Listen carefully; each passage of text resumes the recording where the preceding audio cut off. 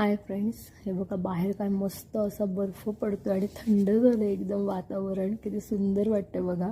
आणि आम्हाला असे मस्त गरम गरम वडापाव खावेसे वाटत आहेत. सो आम्ही इथे वडापावची तयारी केली आहे. हे बघा मस्त वडे हे तयार केले तिकडे. आणि इथे आम्ही मस्त असं पीठ भिजवून ठेवले वडे फ्राय करायला. आता मस्त असे गरमागरम इथे हे बघा मस्तपैकी असे गरमागरम खवळत्या तेलात वडे तळतोय.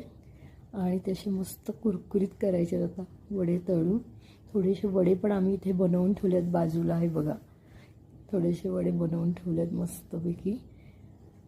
आणि ते आता कधी खातो असं झालं, इतके मस्त वाटतात ना.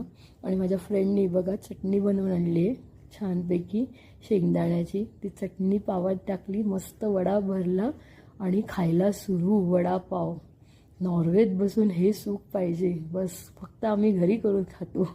आणि इथे आम्ही हिरवी मिरची पण तळली आहे बरं का. कसे वडापाव झालेत ते नक्की सांगा मला व्हिडिओ बघून. बाय.